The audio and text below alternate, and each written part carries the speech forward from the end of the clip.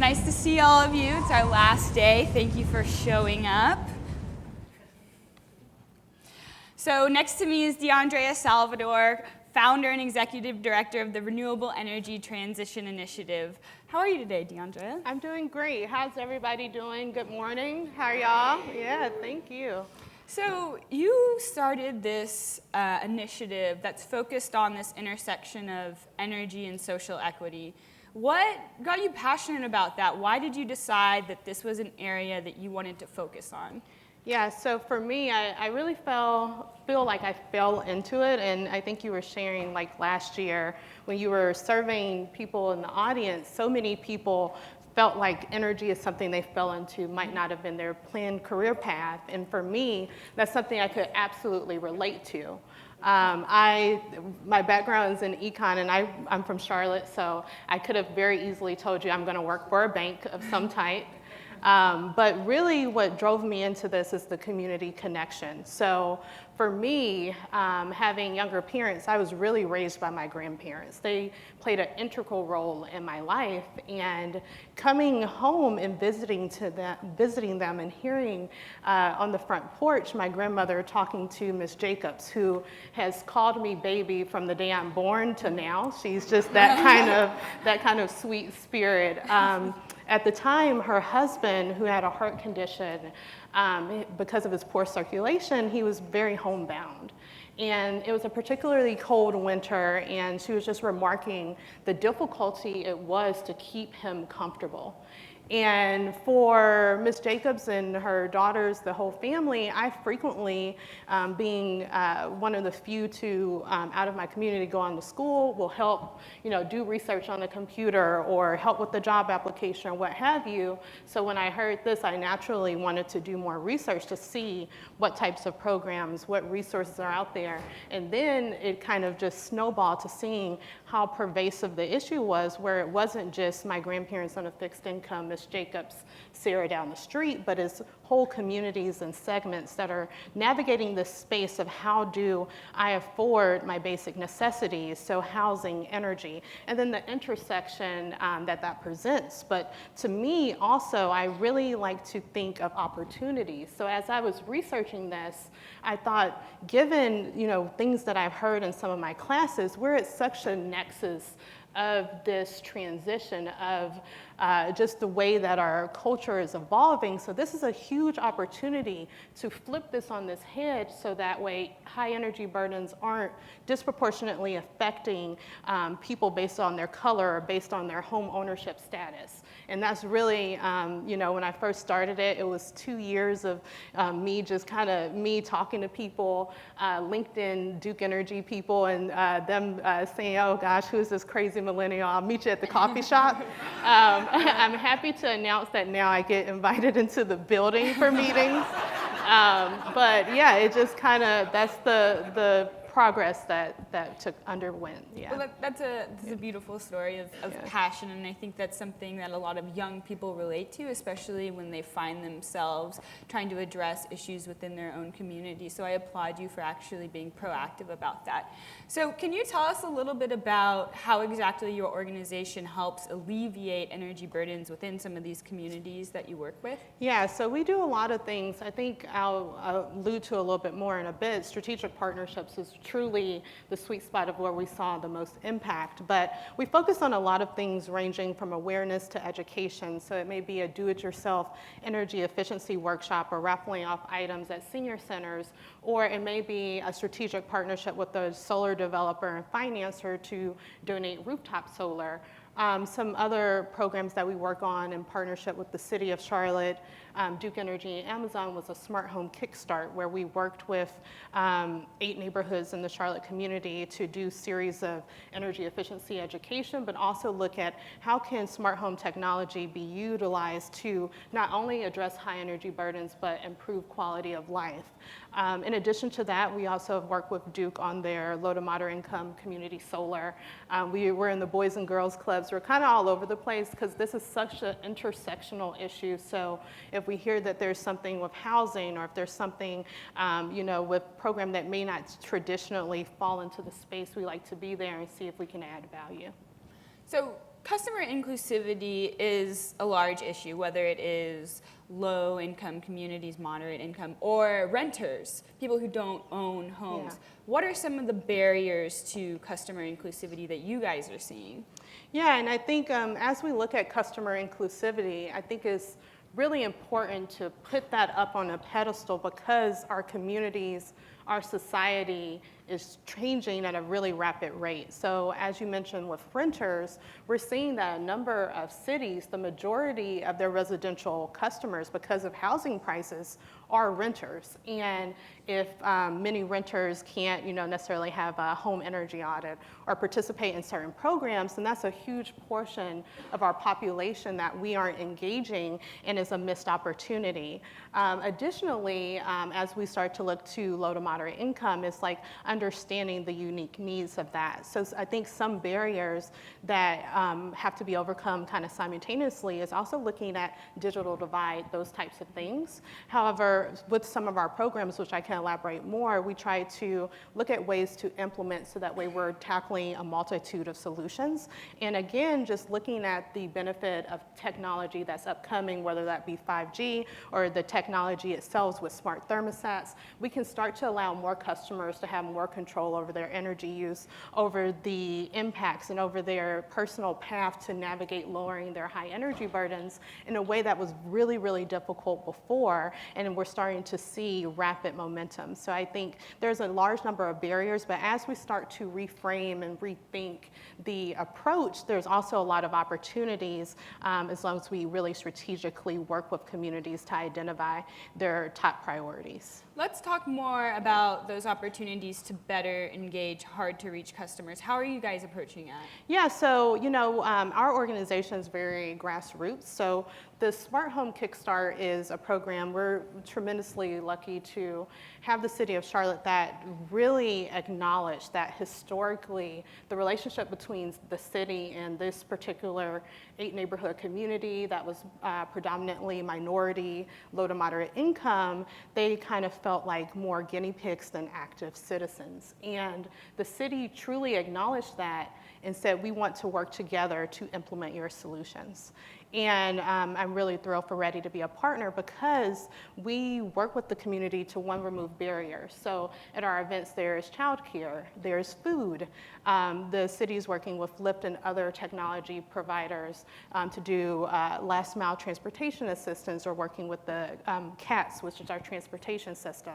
So it's looking at how can we strategically remove barriers so people can show up and then provide them with the information that they really need. So I think as we're looking at storytelling and as we're looking at kind of the pillars of engagement, I think awareness of you can do some things, but taking the awareness and then matching it with the education, but the most important is the motivation. So I think oftentimes we may say this will save you X, but when I was in college, I worked for Apple, and the one thing they told us about selling is you never sell the product, you sell the solution. So when we're telling someone about, taking a chance on a Kickstart or, spending some time with us so we can better learn, it is not because they want that product. It's because they want to see the future of what this product means to them in terms of expenses, in terms of a positive environmental footprint, in terms of what this means for their family. And by doing that, some of the things we heard is they really want transparency into how the program is working. They don't want just to look at it from an energy standpoint. They want a quality of life standpoint. So that's saying, great, thank you for letting us know that. We're going to implement surveys that are looking exactly at these types of things. And it's really working together so that our solution isn't projected on a community, but really is built in conjunction, which to me allows communities to have ownership over programs. And we didn't have a large amount of marketing, but you'll see if there's an all-community event in Camp North End, there's a lot of people present and wearing their Camp North End shirts and, just having a really great time and just collaborating. So that's been a really beautiful thing to be a part of.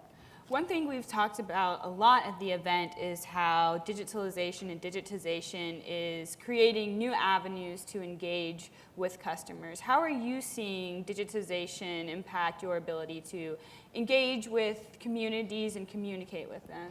Yes, I think it's two sides to it. So a few years ago, Pew Research came out essentially saying that a lot of low-income households are smartphone dependent, meaning their primary source of internet is based upon their phone, and that's primarily what a lot of households are using to access information and just be able to apply for jobs or what have you.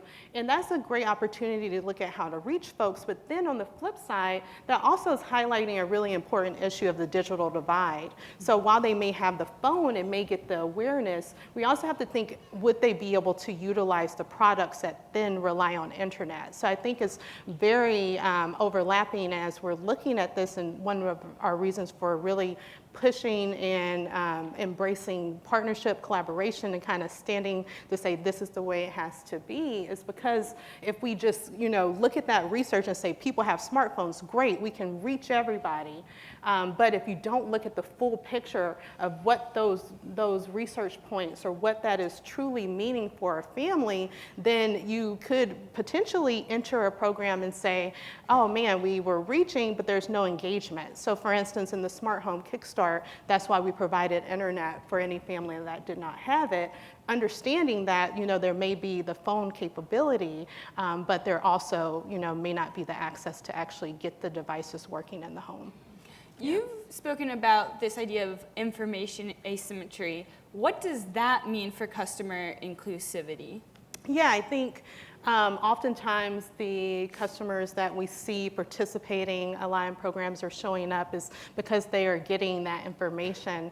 And I think that there's been some J.D. Power research and others that show when customers are informed of different programs to be able to navigate, it has shown more happiness with their utility, with just kind of what they think is being done for them or is out there. And I think that also from a utility standpoint showcases that there's a really big need to continuously look at, as things are evolving, what is the unique mix of digital plus in person? How can we maybe utilize, I think I was talking to someone recently where they were mentioning utilizing employee workforces, or you're out in a church, maybe mentioning it and giving resources, so that way there's an interesting mix, because I think the information asymmetry will only grow as we see these things happening in our communities. But I also think as we start to inform more, as we build more awareness, it did show that from J.D. Power that a 10-point increase in customer satisfaction on a 1,000-point scale can get about a 0.4% return on equity for utilities. So this is not just a philanthropic solution for a utility. This is also a really good financial solution for utilities to look at how can we better inform and engage traditionally hard to reach customers. You spoke a lot about the strategic partnerships that kind of help you guys do what you do. How does this idea, this openness to collaboration, allow you to launch programs within your organization? Yeah, I think it certainly helps us. I think there are, that's probably one of the things that most other organizations come out to, or even our utility city partners, is just how open we are to that, because I think it's very hard for me to leave a conversation without saying, who you should talk to, because there is really unique understanding that everybody has a unique skill set, an organization, a person, a utility, a city, and it's how can we combine those things together to be the most effective with limited resources or limited time and capacity. So for us, one example of that is we have a lot of solar developer partners, and they don't have an issue with us working with another one, and maybe they get positive earned media for donating the rooftop because they see the positive community impact, and that the more stories we can tell about the benefits of the energy transition and how it's helping on multifaceted sides of our market, the better it is for everyone. So really that collaboration has been key, and it's not something we've really bumped heads with in the community standpoint. I think most people we encounter have been really supportive of it. Education definitely plays a large role in this, and I know that your organization, you guys go out into communities, you host workshops, you teach the community on how to reduce their bill.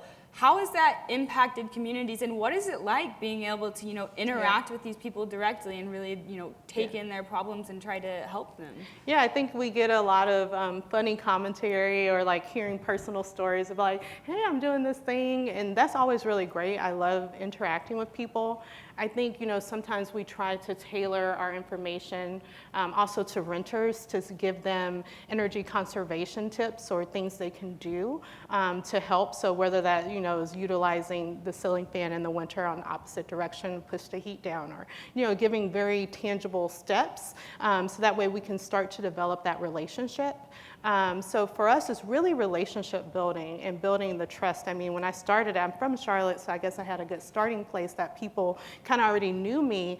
But I think the number one priority for us with this is to provide a benefit for somebody's time. I think time is such a valuable resource. It's something you can't get back. So I think one thing that we try to focus on at any workshop, at any event, is that if you give us your time, we will provide some type of value. And, for us, I think that's been the biggest impact. And we have a video from our solar installation, and it really, really made me happy to see Ms. Sharon, who is also a smart home participant, talk about how she never had really thought about solar until speaking with us and the impact that that's having for her and her family. But more so, too, I think what's really, really uplifting about this work is that communities that have been historically left out can now be on the forefront of innovation through collaboration. And to me, that has probably been the biggest impact and kind of outcome from it that we're really excited about. That's amazing. And so you spoke about some of the partnerships you have with Duke Energy. How can organizations like yours partner with utilities to kind of alleviate some of these issues? Yeah, I think really coming into it from looking at both sides. So, I think personally in our organization, we really empathize with different sides of the market, and we try to look at what are those opportunities to really align. So a lot of times things for Duke are mandated. There's the regulatory nature. So we're looking at, based upon that regulation, what opportunities are there to make sure that the information is reaching people in the most effective way, that they can take advantage of it, that is providing the most impact. So that's part of it, is looking at what opportunities are there based upon regulation, and then also what are opportunities for smaller or nonprofit organizations to move the needle in one way or another through advocacy.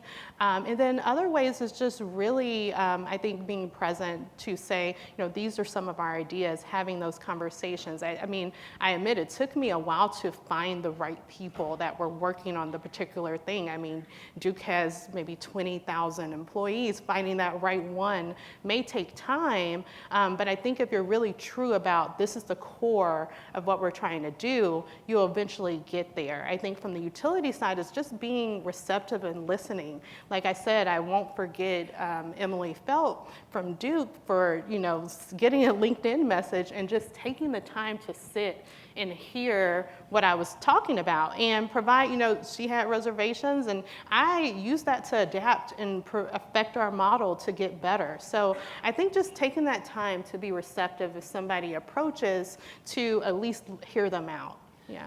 Can you expand a little bit more on maybe some of the challenges you've had working with a utility? Just because I think that a lot of times startups and young innovators, they don't really know how to navigate the waters, and they get overwhelmed, and then maybe they don't even come forth with their idea. Can you talk about kind of what you've learned from that experience? In one word, patience. I mean, I think you look at like a utility life cycle for getting the regulation, launching a program, getting it to customers. A lot of startups may start and die before one of those phases is done. Mm-hmm. And that's a very true reality of the overlap of having to work with a regulated entity. And so I think from a startup perspective is being very realistic and conservative of the timeline it may take to implement. I mean, when I started, I was like, I'm doing this, I'm gonna see it tomorrow.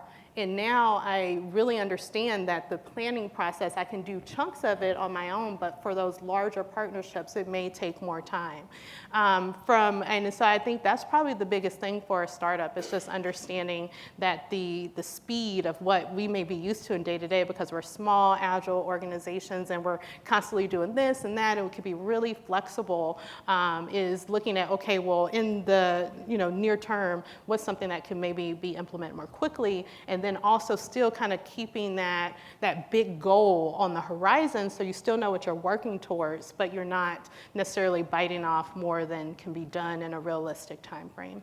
Great. So it's now time to open it up to the audience for Q&A. Does anybody have a question for DeAndrea?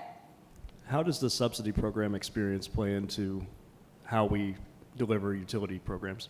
Yeah, so I think it does play a very big role. So the South Carolina Shared Solar is a subsidized program, so of course we can interact with low to moderate income customers much easier, so they can join at no upfront cost, and it's an immediate bill saving program, versus North Carolina, because of regulation, is not designed in that way. So some of the things that we're looking at is can we subsidize with grant funding or get creative? I think that does play a very large role, and we try to supplement with grant funding or creative partnerships to reach, but we also try to stack approaches. So we work very closely with CAP agencies that are doing LIHEAP or weatherization, and reaching out to those customers. And then maybe Duke has a neighborhood energy saver program, so maybe we'll be there and then talk about solar, and then also talk about next steps. So a lot for us is realizing that maybe no one program can go all the way, and what are ways that we can stack various resources to make a really good impact for customers. I was curious, so when you put new technology through energy efficiency programs into low-income homes, how do you help those residents know how to maximize that new technology that's probably very new to them? Yeah, so we do a lot of training. Our organization, for the Smart Home Kickstart, we did everything from creating a buddy system, so we found neighbors that are also getting it. So you had Suzanne down the street that you could call and say, hey, this is going on, to having our organization as a resource, in addition to the Duke and Amazon support. Sometimes we found that people may be more likely to call me and say, hey, DeAndrea, my lights, I'm trying to figure out how to use this, than the utility. So I think having those local partners are really good, because there's just a familiarity. But we did do very extensive training. So before the products were in the home, we worked with Duke to have all of them on display. We had a dinner. People could start to interact with the technology, get to know the Duke Energy team, get to know the city, ask questions prior to that happening, because this is more of a pilot program. And from there, we can also get good learnings about what's the best approach for installing, what are additional things that gaps we need to cover. But I think we had a lot of support built in, both from the utility, the community organization level, but also just other participants that were participating in the program. Thank you. Any more questions for DeAndrea? Yes. How do you measure the success of the program? Yeah, so for that particular program, we are doing both quantitative and qualitative. The results we've been seeing good results from both, but they haven't been released on the City of Charlotte website yet. But we're looking at weatherized energy consumption data from the year prior to what they have now. And then we're also measuring success by our qualitative surveys. So they did a pre-survey, and then we're doing monthly surveys to see what's the impact of having the technology in the home, ranging from their stress and comfort levels, but also do they feel like they have more funds? Have they been able to use those funds for a meaningful purpose like food or transportation, to understand those impacts too? All right, we have time for maybe just one more question. Is there one more question out there in the audience? No? Any closing thoughts? No, just thank you so much. This is my first time at ETS, and I really appreciate the opportunity to be here. And I'll be around all day. I'm happy to chat, collaborate, share ideas, and thank you for the tremendous opportunity to speak with you. Well, we're so happy to have you. Thank you. Thank you.